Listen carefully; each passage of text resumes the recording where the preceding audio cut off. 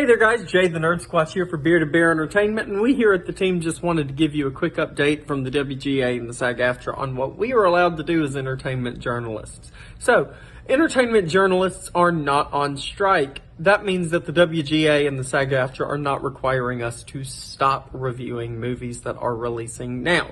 We cannot, however, discuss films that are struck, projects that were hit right when the strike's begun, and thus have ceased work and production.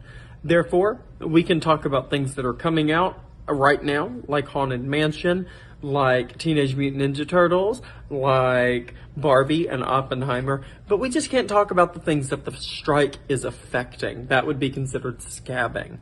Now, with that, TV broadcasters and journalists are also not on strike and therefore can continue their work. Something that we also know from the WGA and the SAG-AFTRA is that they are not calling for a consumer boycott. That means that you should not cancel your subscription services. Do not cancel your streaming. Do not stop going to the movies. They are asking for our support to show that their jobs are valuable. Go support the writers and the actors in what is releasing now. Hopefully we can help all together to make this a better world for both us and the people we look up to bring us this wonderful content, because without the writers and the actors, film and pop culture is nothing. So we here at Beard and Bear Entertainment fervently support the writers and the actors' right to strike and will continue to support them until they are given fair compensation for their work. Thanks guys, and remember, much love. Stay awesome, stay bearded. I'm out of here. Why, no, Barbie, I don't think a kiss would be an inappropriate reward for saving your life. Oh, Batman!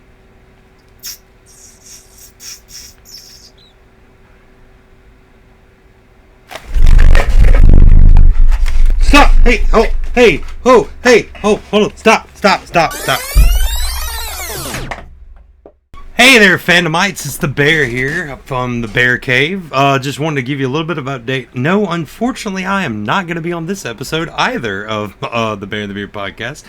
If you are listening to this on the day it releases, will be in Baton Rouge, Louisiana for Mid-City MicroCon 2023, Saturday and Sunday. That is where I am. And I also didn't get a chance to watch this film that my co-hosts, The Beard and Jay, both got to see. So they decided to talk about it. And they had a quick little message they wanted me to give you. Now, we all know, or if you listen to this show at all, or watch this show at all, you know we try very hard not to get political on this show. Unfortunately, or fortunately, depending on how you look at it, Barbie herself as a character and as a merchandising thing has always been inherently political, and that continued on into the movie itself. So they had to get a little bit political with this episode, but as far as I know, they still had a blast talking about this movie. The movie was obviously very good, so I haven't seen it yet. If you have, stick around for this conversation between the Beard and the Nerdsquatch all about Barbie.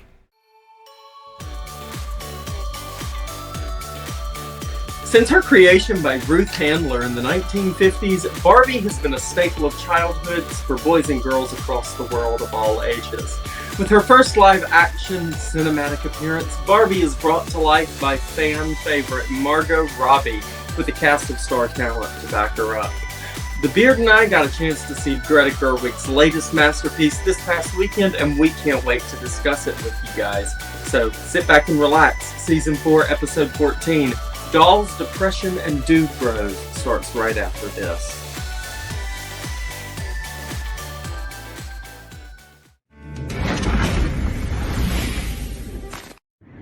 Hi, Puddins! Harley Quinn here, and you're tuned in No, to the Holly, Bear- that's my line. You're tuned in to the Bear and Beard podcast. Enjoy the show. Well, you're lining up. Well, they're excited.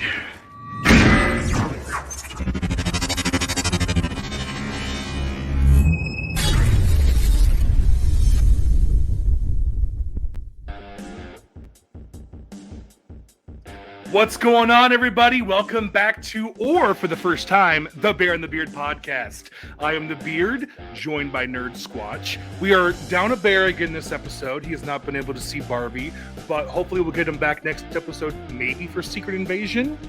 But today, we are here to talk about Barbie. How are you doing today, Nerdsquatch? I am doing pretty fantastic. How are you? I am freaking great. Awesome. I wasn't sure if what I was going to feel about this movie going in. I didn't know what it was going to be. I knew, like everyone, it would be Barbie, but what that meant, didn't know, and I freaking loved it.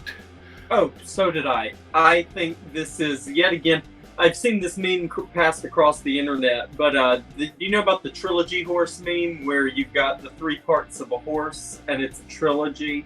And either they're all good or one is bad. And so all of Greta Gerwig's movies, my point being, I think they're all really solid. And I think this one is another solid entry. What are some of the other films that she's done? I'm not sure if I've heard. The two biggest award winners and rated films and most popular, she did Little Women a few years back, which has Saoirse Ronan and Timothée Chalamet in it. And then she or maybe even before, she directed Lady Bird with Saoirse Ronan, and they both got really high critical acclaim, as did Barbie. I have heard of Lady Bird. I have not seen Lady Bird, but I have heard of it. What's Lady Bird on? I didn't stream it. I saw it. I will have to look.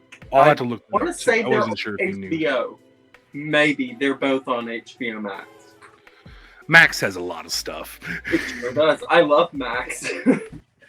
It's where I watch all my cartoons, because cartoons are for everyone. Absolutely, man. I bought tickets to see the new Turtles movie today. I'm all over me some animation. I cannot wait to see that movie. I know. I just love being in movie theaters, and this one, Barbie, was like sold out of my theater. I don't know if it was at yours too. Like packed seats. Both. Okay, so I, like most insane people on the internet, pulled a double feature and spent all day at the movie theater and saw both Oppenheimer and Barbie, and both of them were packed shoulder to shoulder.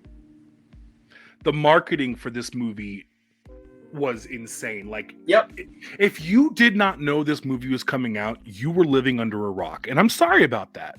Oh, and let me go ahead and say this, since you said that. If you didn't know from the marketing that this movie is not for your little children, I apologize. It's very much presented as a movie for girls who grew up with Barbie and not girls that are playing with her right now. I mean, just look at a movie's rating before you go to the theater with your kid. Exactly. That's all I'm saying. PG-13. And yes, and we wanted to do this disclaimer and we dropped it, but I want to bring it back up real quick. You know, we normally don't get political here on the Bear and the Beard podcast. But this movie is inherently political in a way, only because for some reason women's rights is political, but exactly. I think it's just human rights. But it is, and it isn't supposed to be policy, but thanks to the world that we live in, everybody is a pawn. Everybody is something to use. Anyway, that was my first disclaimer, and that comes along with, you know, these parents who don't pay attention to the ratings of things and don't pay attention to the lyrics of music, and then when their children start repeating it, they go on tirades about how Hollywood is trying to corrupt their children, when not everything is for your children. Yeah. There is content that is for people of your age for you to enjoy, and you cannot blame Hollywood for your irresponsibility. You have a computer in the palm of your hand. Just research stuff before you go to see it, instead of being mad that it wasn't for you. Because, I mean, honestly, this movie isn't going to be for everyone. If you have no interest in Barbie, or you had a sister that just was too much into Barbie, and so you just have a thing against it for some reason, this movie might not be for you. But if it is for you, like, I'm not afraid to admit, I have a sister who's close in age with me and my brother Dustin, Skylar, and she had Barbies, and legit, me and Dustin would take our GI Joes and we'd go play Barbie with her. How many brothers can relate to that? So like it's Exactly. It's got a little something for everyone. And actually, if I had to say something negative about this movie, it would be, why didn't they have a GI Joe in it? Yeah, well, hey. Oh, Hey. John Cena. Well, I couldn't Cena. even see him. Yeah, John Cena makes a wonderful surprise cameo here as Dua Lipa's boyfriend. It's really funny. It's unexpected and just, I cackled so I saw hard. the picture before the movie, and when it happened in the movie, I still lost my mind. I had zero clue going in. Okay. Well, And honestly, before we talked tonight, I didn't know that they didn't advertise it. I mean, I didn't see it. I just thought maybe I missed something in advertising. I didn't know that that was like something to figure out when you go into the movie.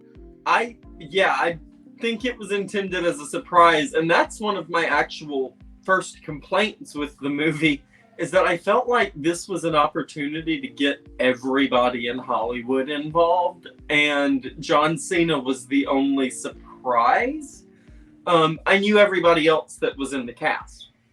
They're all well-known people. You got, I actually don't even know his name, but who's the guy from Secret Invasion who plays Kravitz? Oh my God. Kingsley Ben-Adir, who is genius in Secret Invasion, but I've said this a few times. I'm sorry about the dog. I think he did a much better job in Barbie. I thought the character he presented in Barbie was hilarious. I really enjoyed him. I think he's great in both roles because they're very different things. You got the war guy, and then you got Ken. And that's another thing about this movie. It's just most of the cast is like, if you go to the IMDb page, you got Barbie, Yeah. Ken, and then you got Alan and Midge. Alan and Midge is Barbie's pregnant friend, and Alan is Ken's buddy, and he can wear all of his clothes. Michael Cera coming in as Alan, though, I freaking loved that. Back in the day, that meant something. They wore each other's clothes, man, and he wears a rainbow sweater. It ain't. I'm telling you, there's something there. No, I'm kidding. Well, I mean, Ken and Barbie didn't work out, so maybe he'll go for Alan. Oh, there's only one Alan. There's only one Alan. And what a great. Is Alan the only one who hears the narrator? Because he actually responds to the narrator saying that he's the only Alan. I have this feeling that the point they were trying to make is that him being the only one means he's incredibly self-aware and knows what's going on. Because he was actively trying to leave from even the beginning. Before she even wound up in the real world, he was trying to leave. So I kind of feel like he might know that he exists within a fictional setting. And him and Midge get the short end of the stick for sure. Of course. And Skipper, bless Skipper's heart. Oh Lord, they Skipper brilliantly is the first incident of some Barbie breaking out of Barbie land and going and trying to babysit somebody's real kids in Key West. I'm telling you, there is so much about this movie that if you know the history of Barbie, it's hilarious. It is hilarious. And Mattel goes in on the joke 100%. And there's been people on the internet who have said that they don't understand that this is their words, not mine. I do not see it as this, but they don't know why Mattel is slandering their own IP.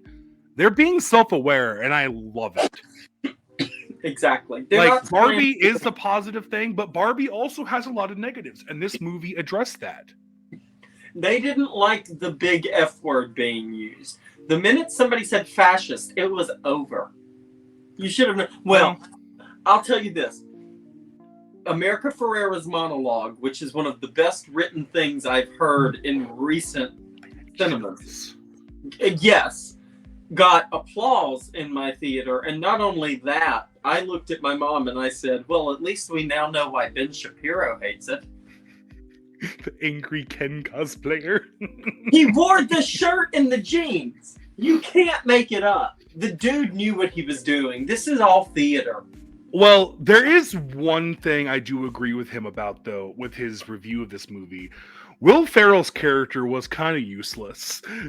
Like, the whole board, like, for the purpose they had in that one scene and then them chasing her, that made sense. But everything after that, them going to Barbie Land, it's like, they should have just stayed behind. It could have just been the actual CEO of Mattel, maybe.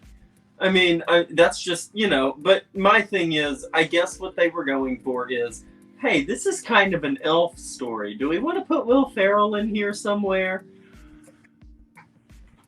You just blew my mind. Elf was nowhere near my mind for this movie, but that is accurate. Even down to traveling to the real world.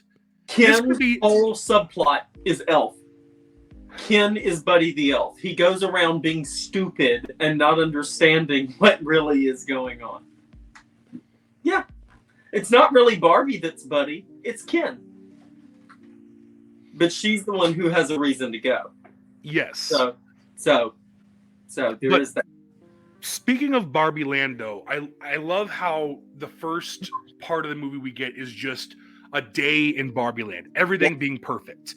Everything coming down perfect. Actually, the first thing we get is this scene, which just looked awesome. The dark clouds behind. Yes. The reference to 2001: A Space Odyssey. And then we go into Barbie Land, and it's beautiful. It's literally every Barbie set ever. Yep. It's literally... I love that all of the dream houses are identical. I absolutely love that. Because it's the Barbie dream house. It has to be. The production design of this movie is some of the most impeccable stuff. I'm a design freak, and I do it for stage specifically. I would never be able to do what they did. And what I read 2 days ago is that it caused a worldwide pink paint shortage. The production of this movie shut down some pink paint. I love that. I mean, there was a lot of pink. I mean, the sand on the beach was pink. And plastic. It didn't move at all. It was like a plastic set. It is so wild. I mean, down to I didn't know how Barbified they were going with this. When she comes down the slide and she goes to the pool and she just walks on the pool. Because that's how it would be. If you take your Barbie and you take it down the slide, it's not going to randomly have water there to dip into. When she goes into the shower, there's not going to be water coming down, but you pretend there is because it's all about imagination. My personal favorite is when she opens the refrigerator and the inside of the door is three-dimensional and has actual things in it. And then the back, where you would reach in to grab stuff, the cooler is a sticker. It's a decal. It's so witty. It's wow. I'm really blown away. And this is coming from someone who previously saw the period piece that was also beautiful and gorgeous and stunning. Barbie is very much the same. Yes. So, as all that stuff was happening, the pretending to drink, all the imagination stuff, I was in a good crowd at the theater because they were cackling at everything I was cackling at. It's just nice little nods. You can tell the people that were in my theater are people who love Barbie and they wanted to see this. Yes. And nothing makes a theater experience more amazing than that. Exactly. I actually didn't know any of these 5 actresses. So President Barbie is Issa Rae, who is Jessica Drew from Across the Spider-Verse. Okay, that's pretty awesome. And I believe the one in the light blue to her left is Alexandra Shipp, who was young Storm, X-Men Days of Future Past and Apocalypse. Okay. I don't have any glasses. I don't know the other ones off of the top of my head, but those are the 2 that I can name. And then I can pretty much name all the Kens. I mean, most of them are Marvel actors. And then you have the new doctor. Oh my God, shoot, he got him! Oh, they were such a joy and so pleasant always. Yeah. And Simu Liu, of course, who I adore. I love their little beach I'll off. beat you up right now. I'll beat you up right here. Oh, Emma Mack is a Barbie too, and she looks just like Margot Robbie. Sorry. She does. When I got out of the theater, I had to IMDb it because I thought maybe they just put her in a dark wig. And then I looked it up. It's a whole other actress. I can't believe Samara Weaving wasn't in it because she also looks just like Margot Robbie, and it would have been perfect to have all three of them, but maybe she passed. So I like how it's kind of Toy Story as well. Yeah. Like they have a relationship with the person who's played with them, and that's what starts the conflict. I mean, not the only conflict. You have the first conflict. Ken he thinks he loves Barbie, and Barbie is like, nah, stop trying to kiss me, bro. It's not happening. Essentially, yes. But he tries so hard and almost like cringy hard, and it's like, just take the hint. She's like avoiding you on purpose. She didn't even want him to come with him to the real world. Like Exactly. But I love how the worst day for Barbie is flat feet. And they all like lost their freaking minds. The doctor being so calm and collected and going, okay, let me see. And she picks it up.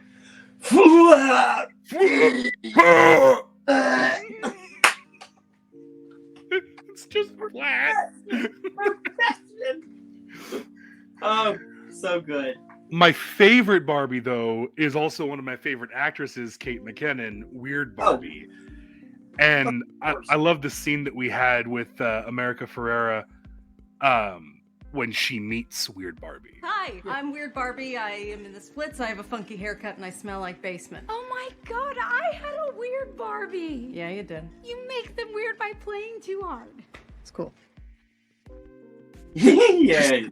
She is just the perfect person to cast for that role too, because she's just so odd and whimsical, and that's why I love her. I love the whimsicalness. Of course, I want to cosplay her, but I don't know how. I want to be able to do the leg on the wall if I'm gonna do it. You know, I want to go all the way. I believe in you. I believe in you. I'm telling you, part of my next 2 years' journey is trying to get to a Superman place, so maybe I'll be able to do that somewhere in between.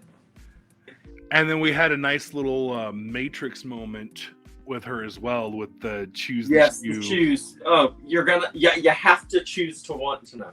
You have to choose to want to know. You can't. Yeah. You can't not. This is not actually a choice. Go that way. Yep. And then in the end, when she gets out of the car in Birkenstocks, it's so sweet. It's just so sweet. Last line of the movie had me in stitches because they make you think she's going to a job interview. And she gets up there and she's just there for a gyno appointment. I love it. I absolutely love it. I was cackling. They get it. They made it. They did it. Yeah, it's great. I loved when she was leaving Barbie Land, how the car, when it flipped over, it didn't flip over like a car. It was like someone took their hand and flipped it over because... Again, it's Barbie. Yeah, I'm trying to see if I have a vehicle. I don't, but yeah, it just perfectly lands. So a lot of people on the internet were complaining about all the obvious Barbie things, like it was like a cheap laugh. But that was what made Barbie Land was so great, is that it literally was everything. It's so charming. I don't know what they don't like about it.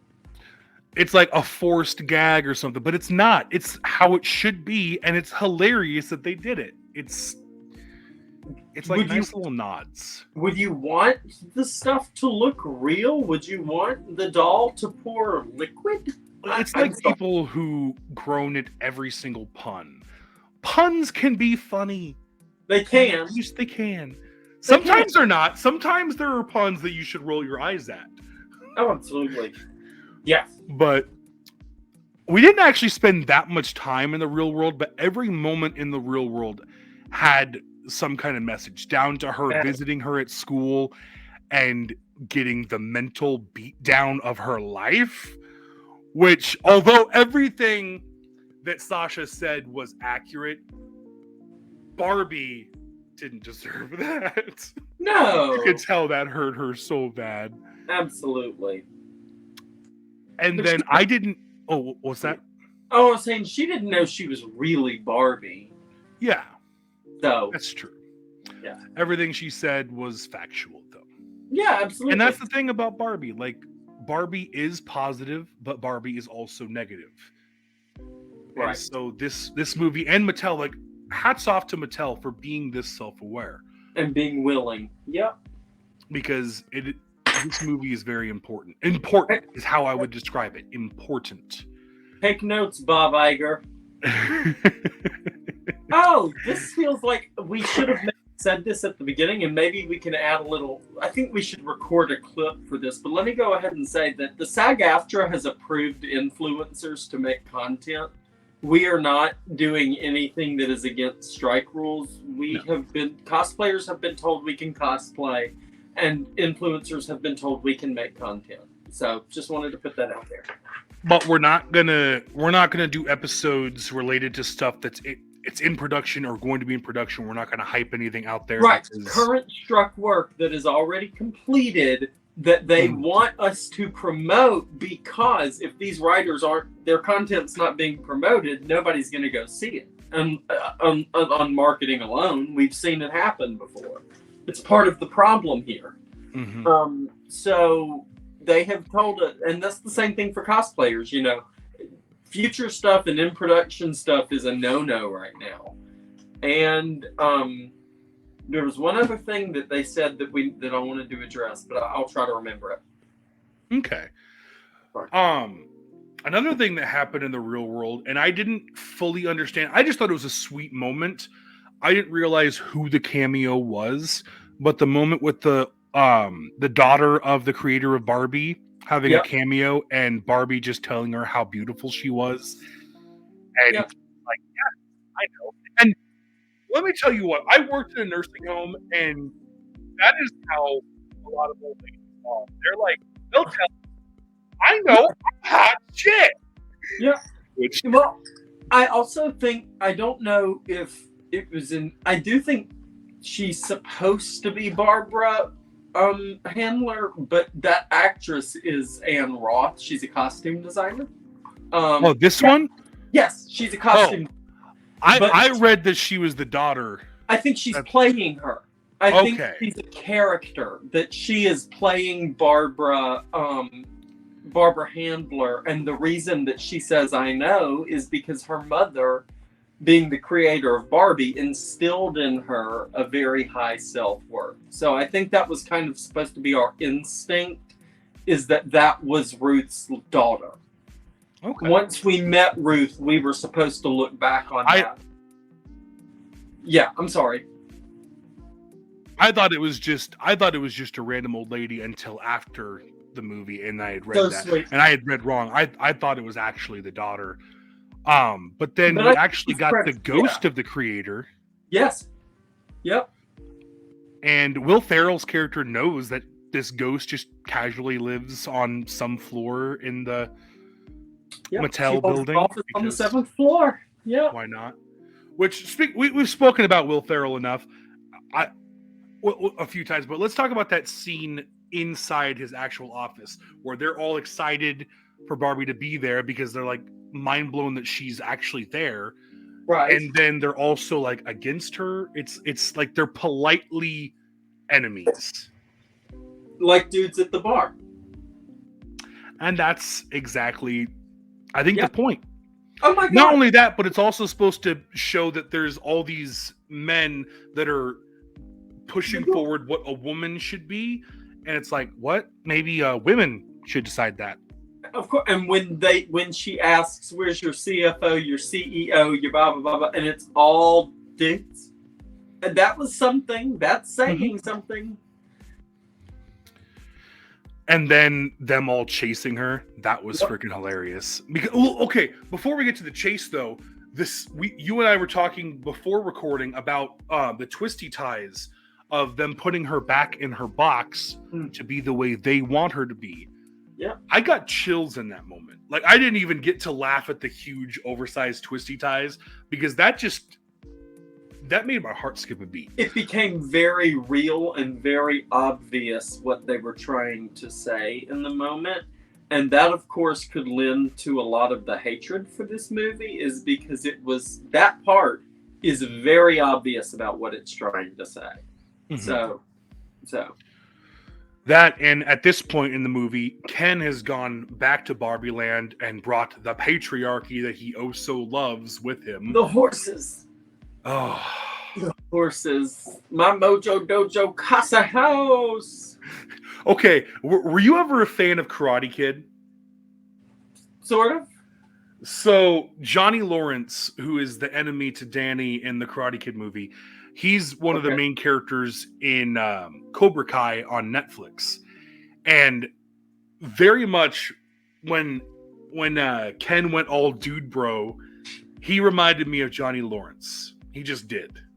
Yeah, I can see that. I could have used a little more like musical numbers in this movie though. Like when she got to the real world. Yeah, they described it as a musical, but he sings one song. Maybe two, but the Ken one was really good though. I have that on my shower playlist. I've listened to it quite a few times. But then she's being chased out, and eventually we get back to Barbie Land. But actually, before we even get to Barbie Land, we finally figure out who, because she goes to meet Sasha at the school because she thinks Sasha is the one who's played with Barbie, but it was actually what was the character's name? Well, it's America Ferrera, but her character's name, I feel like it started with a G. I had it earlier. I did too, and I don't have my notes. Wonderful character. No, she's great. And America Ferrera, I want to make the statement, if she's coming back to Hollywood, I'm very glad, because she does a very good job in this movie. She absolutely does. Is it Gina? I don't know. I don't want to make an assumption and be wrong. I gotta look this up. This is gonna bother me. I paid attention because the monologue made me cry. I don't know that they said her name often. Well, you know what? It's the movie's fault because almost every single character's name is Barbie or Ken. So you're telling me I have to remember other names other than Barbie and Ken? Right, and Will Ferrell's name is Mattel CEO. They didn't even give his character a name. I love that so much. He doesn't deserve a name. Gloria. Gloria was her name. That is it. Because she was glorious.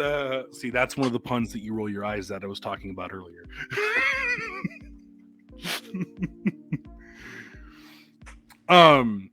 What was going on in the Ken music video though? Like they were acting like they were going to war, but what were they going to war for? Because really they were against the Barbies because they wanted to implement the patriarchy, but in that they're like fighting each other.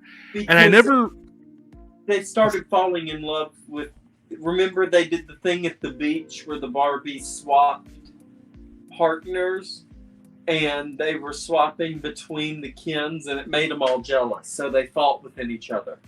Okay. Yeah. Because did any of the Barbies actually like love the Kens? I don't know. Or was it just the main one? I don't know.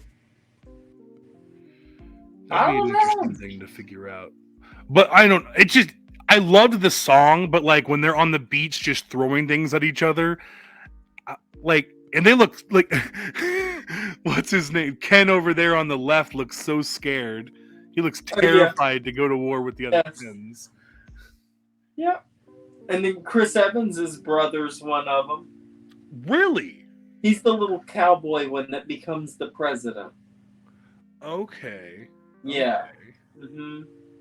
Scott Evans. Yeah. I'm trying to think who else is in it. I mean, I think we said them all. I mean, there was Ken. Yeah. There was Ken. There was Barbie. There was also a Barbie. I mean, there really wasn't a whole lot to talk about for the movie other than the messages it made. Because, I mean, the story was pretty straightforward. Which I believe was the point. That they found something that had such a straightforward story that they could really drive their message home. Yeah. But it ended with Barbie going to the real world again, right? Yeah, it sure did. I need to rewatch this movie again because it's a lot happening. And so when they're going back and forth between the real world and Barbie Land, I actually can't remember what scenes took place in front of what other scenes. And so it kind of gets all over the place when you're trying to look back at what happened when. Yes. Most of my brain by that time was already filled with 3 hours of, oh my God, this is absolutely horrifying. So, you know, like I was already kind of focused on the horrors of the U.S. government by the time I got to see Barbie. Maybe I shouldn't watch Oppenheimer. I was thinking about watching it, but sometimes if it's a little too real, I might not sleep. I might not sleep. This is the whole point about it was that they were going to tell the story that was not Americana washed. They were going to tell the story that actually happened. And I got mad at some points in that movie. Like, I was mad, I was sad. It's a heavy thing. I might have to be in a certain headspace to watch it. Yes, absolutely. Which is why I started with it in the morning.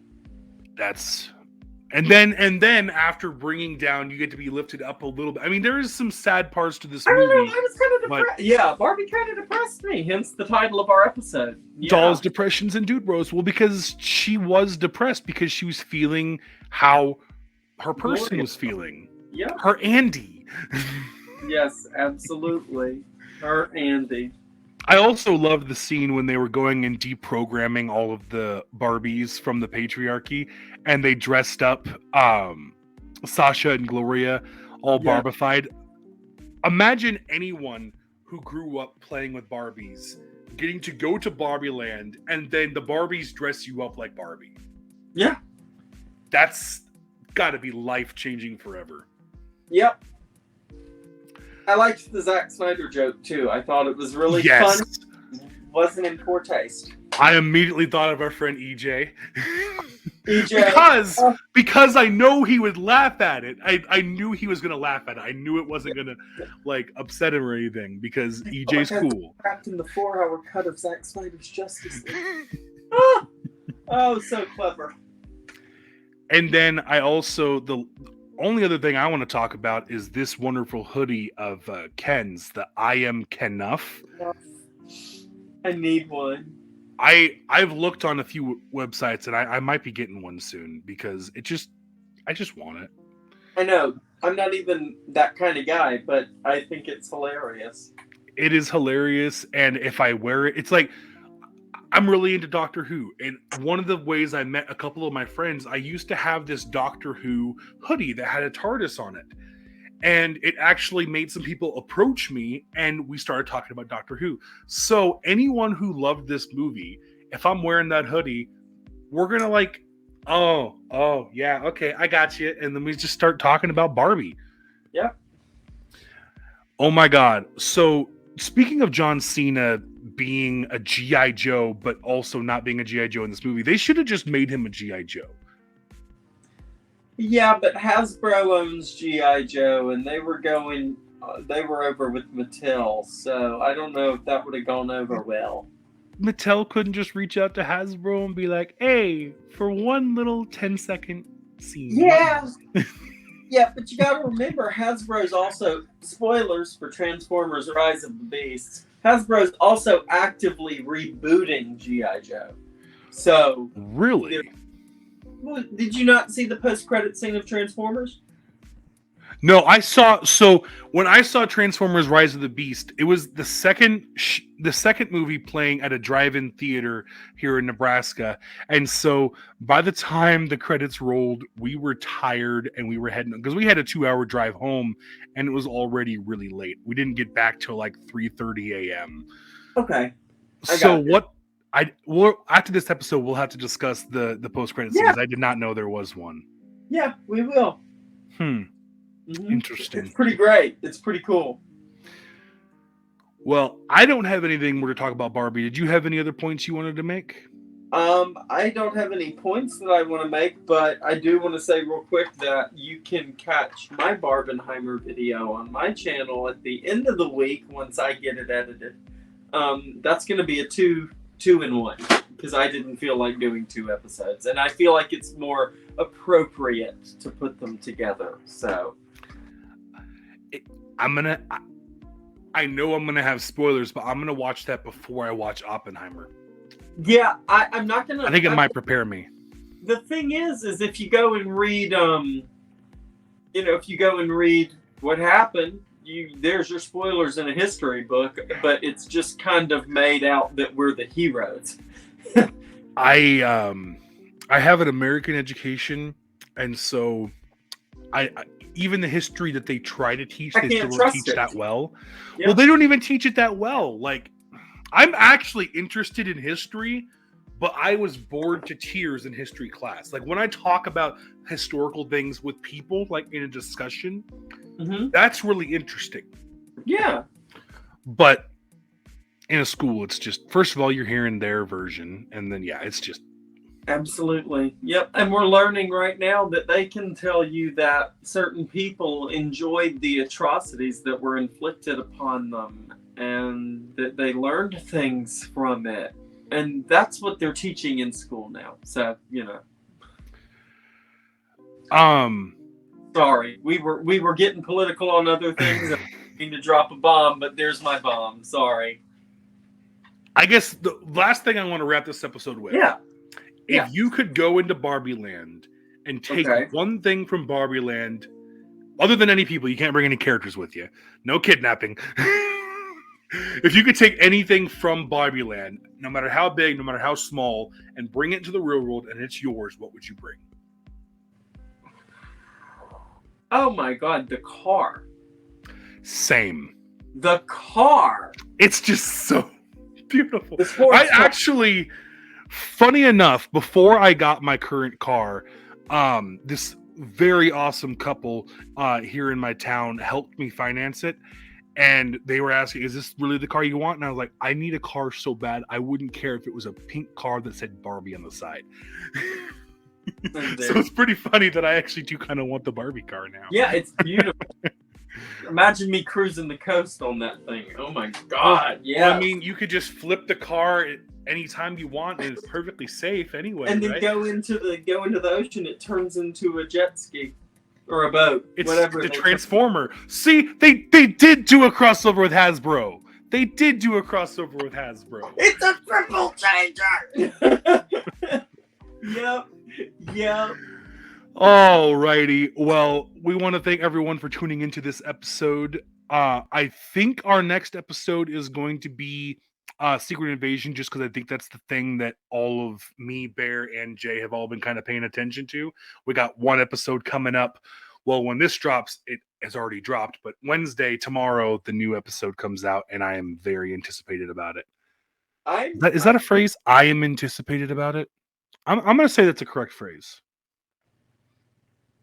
Yeah, I don't see anything wrong with that. Or, I don't know. I don't think so. I think it feels like bad English. But anyways, I will be mortified if I'm wrong.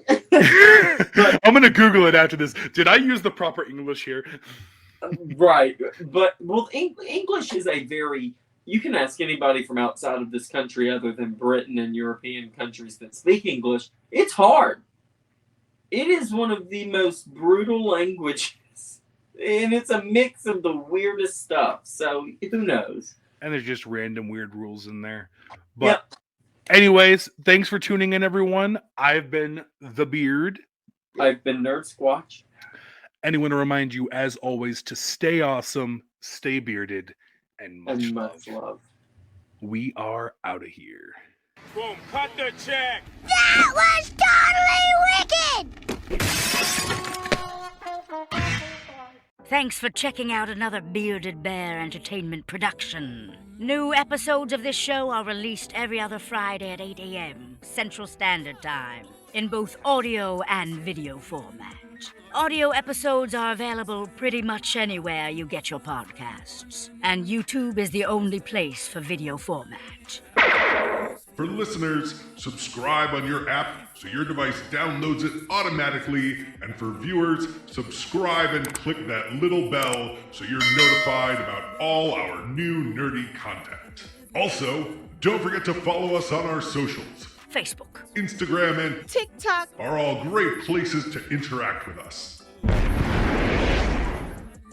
Many thanks to the rest of our team, all of our geeks of the round table, and all of our awesome friends of the cast. Much love, y'all. Lastly, for more cool music like this awesome outro track, go check out HarlequinSoul, Secret Apex on Facebook and Spotify. His links are in the description as well. Talk at you next episode, nerds. See you then!